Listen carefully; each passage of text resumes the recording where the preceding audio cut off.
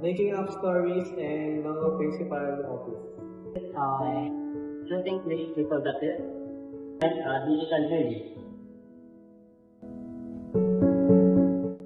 Kasi ito, mga kasagasan ay mga content creator, yung celebrities, and mga audience, pati na ang YouTube itself.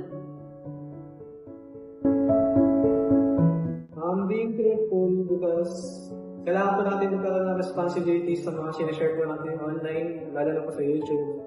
Lalaman po yung misinformation, and dapat po magka-responsibility yung content creator and YouTube itself if mayroong issue na tungkol po sa kanila or misinformation na lumalagan sa audience ng YouTube. If things stay the same, siguro lahat ng celebrity ma-apektuhan kanilang mental issue o ma-apektuhan rin yung kanilang trabaho dahil sa online bullying. Do no harm, like, yung mga YouTubers kasi, pag nagbabalita sila or nagbibigay sila ng mga opinion nila, wala silang sinusunod. So, parang wala na silang human decency, ganyan.